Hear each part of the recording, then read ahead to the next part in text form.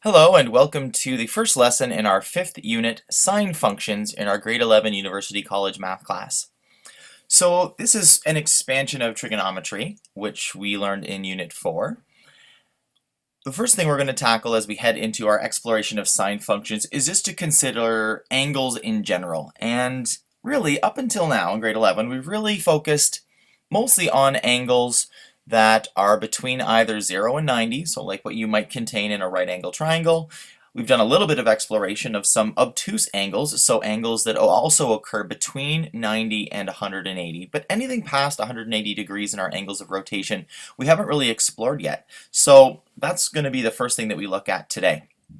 As usual, I would recommend sort of pausing the video here and copying down the information that I've sketched onto this first little explanation. So hit pause, copy it down, and then come on back and I'll sort of talk you through what you're seeing here.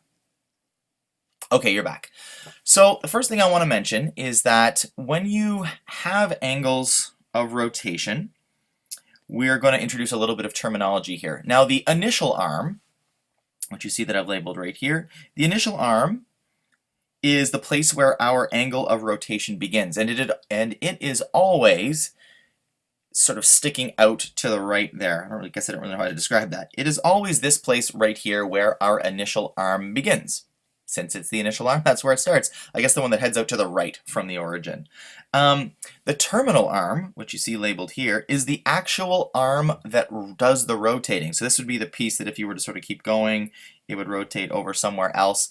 And this would also be a terminal arm. That's the idea here, is that the terminal arm is the one that moves, sort of where your angle of rotation ends. Because if you start at your initial arm and you go to your terminal arm, however much you've rotated from the initial to where the terminal arm is, that would be your angle of rotation.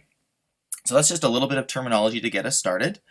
Of course, we would know, and I don't think it's mentioned in that paragraph, but we would know that one full angle of rotation, one full sort of circle, I guess, of rotation is 360 degrees. Now, it also mentioned that in the grade 11U course, we would start to introduce the concept of a different measure of angles of rotation called radians. We're not going to do that here in our 11UC course. If you intend to go take the 11U course from here, that is a new something new that you have to look forward to. But for now, we're going to stick with angles of rotation in degrees only. If we're talking about rotation, again, I think most of us typically are used to seeing angles that are positively rotated. So positive rotation, which starts from our initial arm and goes counterclockwise. That's the way we're used to. But you can also, starting from our initial arm, go in a clockwise direction, and those are what we would call negative angles of rotation, or negative rotations.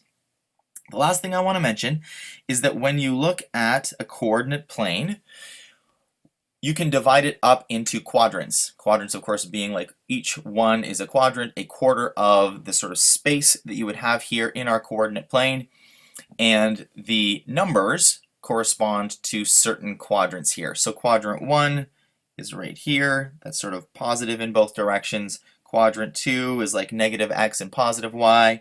Quadrant 3 is negative x and negative y, and quadrant 4 is positive x and negative y. So these are all just terms that I'm going to be using throughout the teaching of this unit. I'll be talking about quadrants, angles of rotation being either positive or negative, and I'll be referring to the initial arm and the terminal arm as well.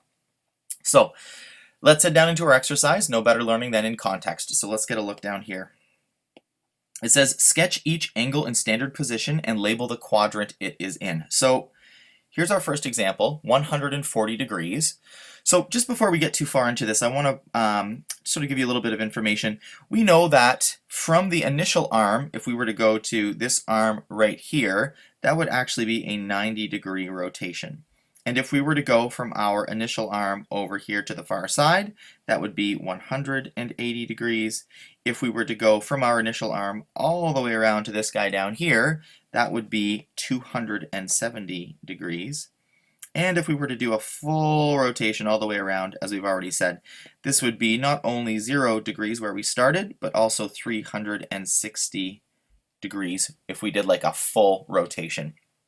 So knowing that, this will give us an idea about where we want to sketch 140 degrees. So the first thing we'll notice is this is a positive value. So positive 140 degrees means that we are going to be traveling as we rotate in a counterclockwise direction. So if you can imagine, I start here and I get all the way up to 90. Well, 90 is less than 140, so I'm going to keep going. If I were to go all the way over here to 180, I would have gone too far.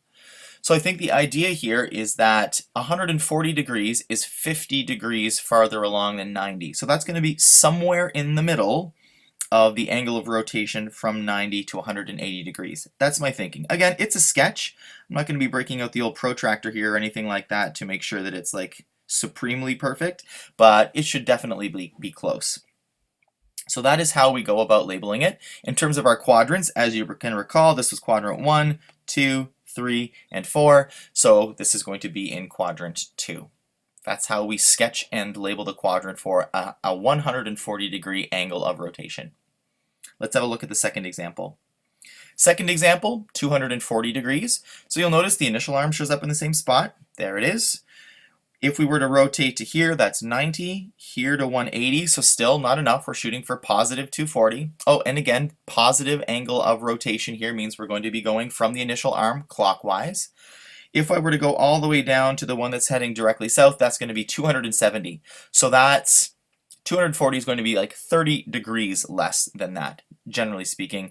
So I'm trying to just take this quadrant over here, this quadrant number 3, and break it, generally speaking, into sort of 3 parts, and then put my terminal arm about 2/3 of the way from 180 to 270.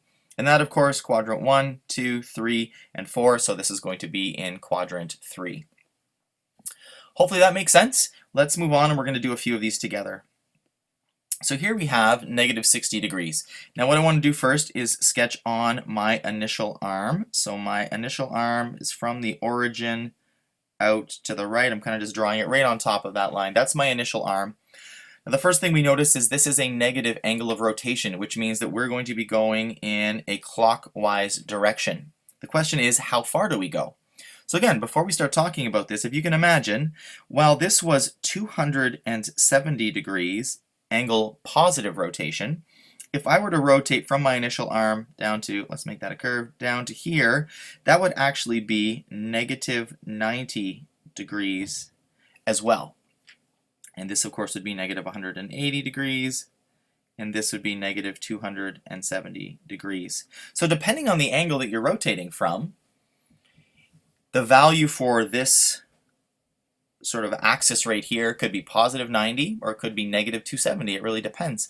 A little bit later in the lesson, we're going to do some proof of concept to prove that those things are like actually the same thing. Okay, so let's get back to the question at hand. We want to rotate negative 60 degrees. Now, if I were to rotate all the way through, that would be negative 90, so that's too far. I want to point out that if each of these angles of rotation to one of the axes is 90 degrees, then you can divide it in half with a 45 into 45, or you can divide it into 3s with each one being 30 degrees. So knowing that this is 60, I'm going to do my best to go about 2/3 of the way and draw in my terminal arm. So let's say that's about 2/3, give or take. Like I said, it's a sketch. And this angle of rotation here. Now you'll notice that I've been drawing this angle of rotation in. I have it on both of these. That's important. You can't just draw a terminal arm out there without connecting it. You have to show the path of rotation that it has taken. So this line that I'm drawing in from the initial arm to our terminal arm, I'm referring to this piece right here, that is as important as the terminal arm itself. So now I need to label it. So that's going to be negative 60 degrees. And this is going to be quadrant 1, 2, 3, and quadrant 4 is where that angle of rotation ends up. Let's do one more example here. So here we have negative 210 degrees. So again, let's get our initial arm on there first. Initial arm from the origin out to the right. It is a negative angle of rotation, so I'll be going clockwise from my initial arm. And as you can recall, this was negative 90, negative 180, negative 270. So we're going to end up somewhere over here in quadrant 2, because somewhere between negative 180 degrees and negative 270 degrees, we will have our negative 210 degrees. So again, 210 degrees is 30 degrees farther along than 180, so I'm going to make this approximately 1/3 of the way into quadrant 2. I'm going to show my angle of rotation, and I'm going to label it negative 210 degrees. And as I said, we've already selected the quadrant. That'll be in quadrant 2. So those are sort of some of the basics of what we're tackling, and those are angles of rotation.